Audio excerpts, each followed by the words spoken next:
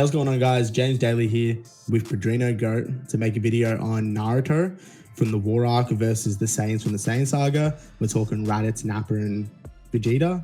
Padrino, introduce yourself. Yo guys, it's poppin'. My name is Padrino Goat. Obviously, I be making TikToks, and you guys should know me from an earlier video, but so back again, and this topic should be fun, and it should probably make a couple people mad, but you know, that's like our favorite thing to do, James, isn't it?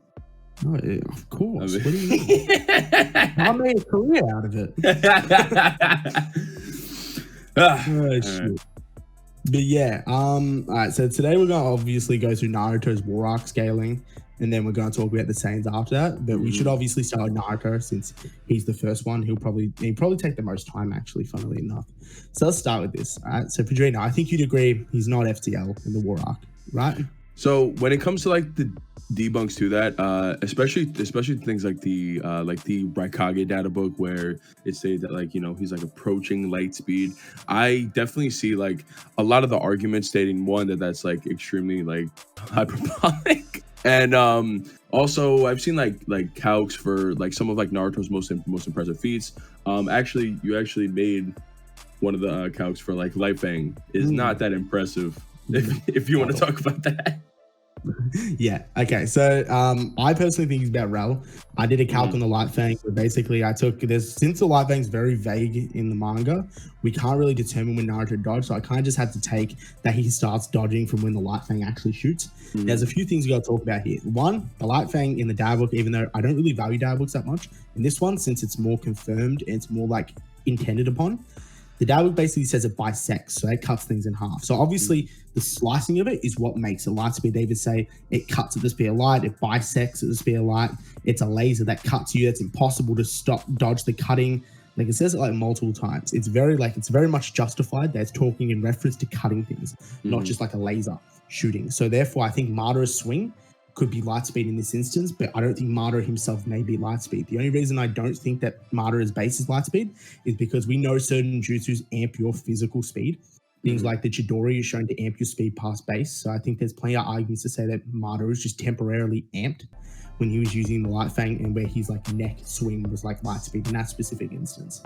Now for the data book shit, the other thing is, like, when the data book on its own doesn't really say much, like, I find it a little hard. The reason why I can take the Light Fang is because it's said to be a light beam, and we see all these things. The reason why I can't take other data book statements is because the Haku shit's just not inconsistent. The Raikage shit's got really vague translations that could be hyperbole, and it's a bunch of characters all stated to be light speed. None of them make sense to be light speed.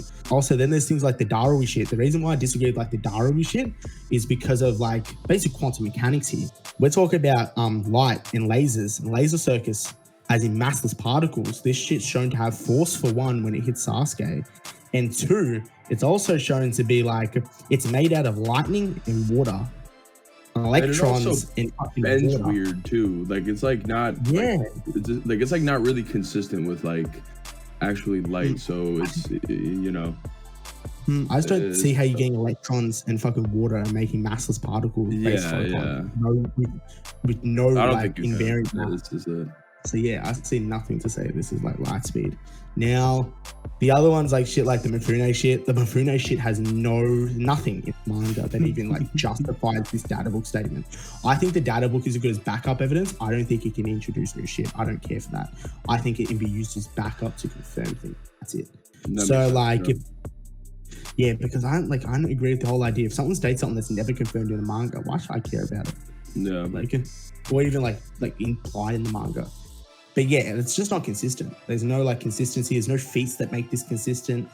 Not until like we get to later arcs, like the end of the War Arc. These are god tier characters. It makes sense that they can fucking do shit like this when, like, to mind you, Kirin's fucking a cumulonimbus. It's fucking normal lightning, and Kirin's supposed to be like a high tier attack. Yeah, I mean, like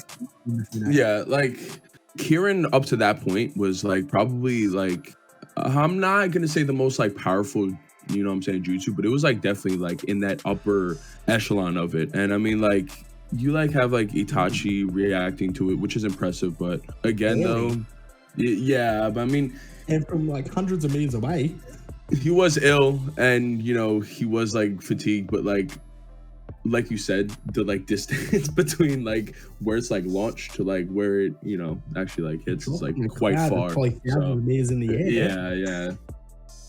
It's tough. It's tough. Yeah. I don't see that shit. Now, we're not talking about Boruto shit, so we'll get into novel shit another day. But that shit on its own, yeah, I don't agree with that. So I think like he's solidly rel. I think we have in the calc I got like the light and the Mara movement at around 2.3, 2.4 meters. And I think he moved like 24 centimeters. So I ended up getting like 10.15%.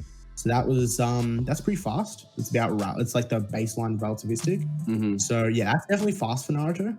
But I think the AP thing is probably more important here than the speed shit.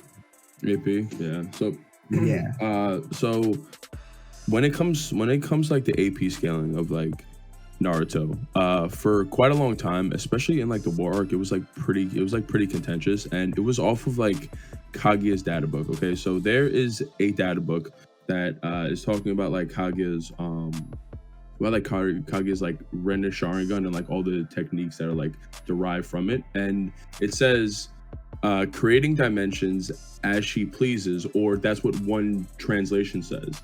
So then people see that, right? And then people are like, okay, so she is creating these, right? Now there are other celestial objects in it. There are stars, there are like moons, there are many things. So then people are like, okay, so if the data books say that she is creating these, then Kaguya must be star because there's a star in there. However, I think that you might want to talk about like why some of those translations might not be valid and why that conclusion isn't valid. Yeah, a big thing here that we should apply. For one, we don't know how big this star is, even if there is a star created it. We can't apply these natural parameters to this star because it's man-made. That's kind of like saying, right, so the average tree in Japan, sure, is probably the size of fucking 3 meters, sure, we'll say this. But someone who fucking like built a tree out of fucking like wood and just handcrafted a tree does not have to be 3 meters. These natural universe parameters that are being applied, I don't see why they'd apply to man-made things. I don't see why these natural growth parameters, because they could logically be bigger, smaller, we don't know. Yeah. So this quantification doesn't work. And also the data book scan itself is highly contentious if it even means fucking like creating, because what it's referring to is the Yami no Minaka, which is a teleportation jutsu. It's described in the manga and in the data book later writing. Like the head text is the only thing that implies creation. Every other subtext is just talking about teleporting. Yeah. So the Yami no Minaka fucking makes no sense to be fucking creation. So I don't see it. And the other thing about these dimensions too, the only thing that she creates, sorry for cutting you off, is literally the only thing we see her just going to destroy, which is her main dimension, is literally, I think it will show it on the screen. Exactly. And when we see a moon being taken out the chunk of it and we measure it based on its curvature, it's tiny. It's tiny. I was gonna say, that like really the only feats that like we can like grab from there is the fact that Kaguya was threatening to actually destroy it, right? So anything that people can like argue when it comes to creation just like really wouldn't be like valid, because I've also seen translations that like you like kind of hinted at earlier, is that like it's not referring to creation, but it's referring to like assembling. Also, like Kaguya says that like she's gonna create a new time space off of like the current like shinobi world, kind of, right? So like assembly in this seems to be backed up rather than like creation, as in like these are pre-existing things that like she's just kind of like laying her mark on, kind of, if that makes sense. I hope. I don't know, but so like when it like comes to like creating these like things, you know, like Kage is not actually really doing it. She would like only really scale to what she's threatening to destroy, which is that, you know, as like James mentioned, this like very small planet-sized world thing that's like not even really planet size. It's like actually quite tiny. Like it's the size of me after 3 fucking people. That shit's built like fucking Gabriel Iglesias. Yeah. Like, so like her threatening to like destroy that would be James, I think you said it was like small planetary max, right? Like It's Probably ends with health, so it doesn't like mean much. yeah, I get yeah, stronger than this it's Naruto anyway, so it doesn't mean yeah. much. This is tough. Um, we did it. I did do a calc on Sasuke and fucking Naruto creating the moon and launching it That's back up right. to That's right. space. And I'd used a 60-second time frame, so that's like it was really quickly done from where we see it as far as we get. I ended up getting like from like not even from them completely launching it, only them getting it from that panel that we see it being made, and I ended up getting about like 17 zetatons for the feat, or like 8 zetatons each, which is low to mid end, about mid end small planetary. So like definitely some strong scaling, definitely higher than like what you'd expect for two characters together creating a moon. Is like kinetic energy, but it's still like just not a planetary feat, nowhere near a star level one. Yeah. But do you want to intro us into like the AP scaling of the Saiyans quickly? Sure. Okay. So, the Saiyans are a bit contentious. So, we are going to start off with Raditz, right? So, Raditz is Raditz is by far the most powerful foe that the Z fighters have like approached at that point. Okay. Raditz is very strong. Raditz is very fast in like comparison to them. Okay, so Raditz, I believe, James, can you correct me? Raditz is a power level of 1200, right? And in comparison, yes, yeah.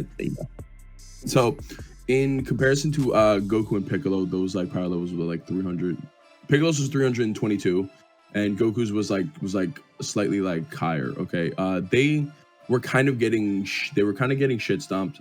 They didn't really scale to him much. The only thing that was like able to really damage him good was the fact that Piccolo was charging up his special beam cannon, which was also raising his like power level to like upwards of like 1,000. That was like when they were like actually able to like actually damage him, right? So now where it's like really like tough to like figure out is like where does Raditz scale in terms of like AP, and really like the only feat that like we can compare him off of is when after that arc, Piccolo actually destroys the moon to stop Gohan from like basically rampaging and just like fucking up shit. So we know that Raditz is like pretty far above that like Piccolo. I mean, it's tough to really place him. It's moon plus small planetary, that makes sense to me. Yeah. I think that like that's like probably where Raditz like comfortably sits. I don't really see Raditz being planetary. I'm not sure if you do either, James, but I really so Raditz for this case, we're just like gonna like put them around like small like planetary. Okay, so now on to Nappa. Nappa is drastically above Raditz. Nappa has like a power level, I believe, around 4,000. And Nappa is pretty much like shit stomping like these like year training amped Z fighters, pretty much like no diff. The only one who's pretty much like the only one who's able to damage him a little bit is like Chaozu destroying himself, and then like Chaozu didn't even damage Nappa him, just like that's what I was gonna say, is that like Nappa sees it more as like a nuisance than like the like actually being like damaged. He's like, oh, like the little shit blew himself up to actually damage you. But so Nappa being logically far above Raditz, this would probably put him like around small planetary too, but just on like the higher end of it, whereas like Raditz would kind of be on like the lower end of it. Yeah. He wouldn't really be planetary because of Vegeta. Like Vegeta, and who I'm gonna get into now, is like where you start to get actually into like the planetary category, because like Vegeta actually threatens to like destroy the Earth, and Vegeta like most certainly has like the power to do so, but it's only after he like takes quite a bit to charge up this like massive like super gallic gun. So while I do think characters like Vegeta are planetary, it's also largely due to like how much time he was able to like charge it, because as we know, it's like a precedent that we saw in the Raditz fight too, that when you're charging something, even if it's not really for like a long time, like you can raise your power by quite a bit. So Um, yeah, I think that Yeah, Vegeta with like Gallic Gun would comfortably be like around planetary. Planet Plus. Yeah. But I think like his base is like a small Planet Plus to planetary. But if we get into speed now, because I'm gonna take over this part quickly. Sure. The speed part is very simple. They're not FTL. I'm sorry. I have to say it, bro. James, you're killing me. Oh, it hurts my soul. I'm coming out. All right. So first off, let's talk about one thing. The whole point of the Popo training was literally just to be a lightning timer, and you can argue whatever you want, lightning timer. Even if you want to say that he hums faster than this, we don't have evidence of this because we know he's slower than lightning before this. We just know he is. The next thing we know is that in the Tao and Shinhan shit, and this is why it's an outlier to me, which happens like right after, I'm pretty sure. Like that shit just doesn't matter. The Daizenshuu states that like ki is what like derives how fast, strong, or like fucking how far it goes in for the solar flare. So therefore, we don't have a set speed for the solar flare. We don't know how fast it directly moves. And the other part of it is that like even if it does move at light, it's just an outlier. It's a gag scene. We know it's a gag scene. He literally holds his sunglasses up. It's a gag scene. So like there's so many ways we can jump around this whole like fucking solar flare problem. It's either a gag scene, either an outlier, or like it just isn't light speed. And these are all valid arguments. So I don't see any reason to say this character is the spare light. The next thing you gotta bring up too is that like that whole Piccolo scene is an English dub statement for Raditz, where basically he says like he shoots a spare light, whatever. Yep. And like that's an English dub statement in the anime. I don't care. It's so like inconvenient. Like realistically, these characters are like maybe like I could see like sub roll, because even if it takes Piccolo 30 seconds to shoot to the moon using manga, like even if it takes 30 seconds, that shit's still like sub roll plus. Yeah. So I could see like sub roll plus Raditz, sub roll plus fucking Nappa, and then maybe potentially roll plus Vegeta. That's what makes the most sense to me. Anything else just seems inconsistent. That's fair. Yeah. So should we get into like the matchups and like how like Naruto compares now? All right. Well, I think Porcupine gets dropped. I think that Porcupine kind of gets like dropped too because of like what excuse me, because of like what you were like saying earlier, and like kind of like going off your calc. I'm actually looking at it right now. So like Naruto would be, like Naruto would be in like Rel. He would be like extremely low in Rel. He's like almost not in it. But Raditz's speed is just not really there. Like Raditz is like sub Rel, and Raditz's like AP, as we like kind of like discussed earlier, being like Moon plus like possibly small planetary, whereas like Naruto you can get to small planetary. Like I don't really see a way where like Raditz wins this. I think like Raditz just kind of gets like slapped up. Nappa is pretty much the same. Nappa it's just like it's just kind of like the same conclusion here. Like there's just not really much that like you can get from like Nappa, besides that he's like pretty decently above like Raditz, who's like Raditz's scaling isn't like really great either. However, when we get into Vegeta, that's I think Vegeta is faster potentially, and I think he's just stronger physically. Even if you want improvements from like Shackle's Shuriken shit, Nappa should be Vegeta should be able to dodge those. Yeah. And he should be able to just like Gallic Gun pretty much everything. Yeah. Not only that too, but like we were like kind of like discussing any like possibilities for like Naruto to survive Gallic Gun, and honestly like War Arc Naruto just kind of gets wiped by it. Like there's really not much that he can do. So unfortunately, when it like comes to this like Saiyan gauntlet, I do not think that Naruto's going to clear it. Well, and here's the thing, I'm gonna give him the benefit. Even if we give him the benefit of the doubt and say somehow fuck 1,000 shadow clones, he beats Vegeta. Saiyan Saga like still includes fucking Ozaru Vegeta, which is 10 times greater. Yeah. And then it's Naruto.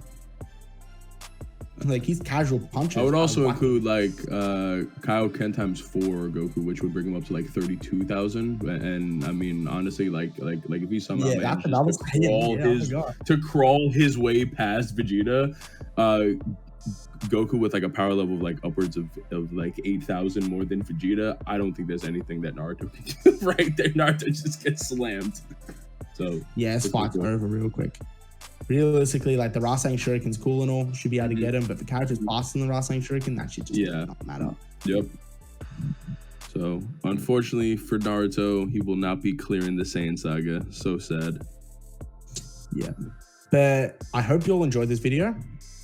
Leave a like. Thank you, Pedrino, for coming on one more time. Hey, thank you for having me on. Listen, guys, James is the GOAT. If y'all haven't dropped a sub by now, I don't know what to tell you. I mean, come on, yo. Yeah. Thank you guys. I hope you all have a good day. See you all. Peace, y'all.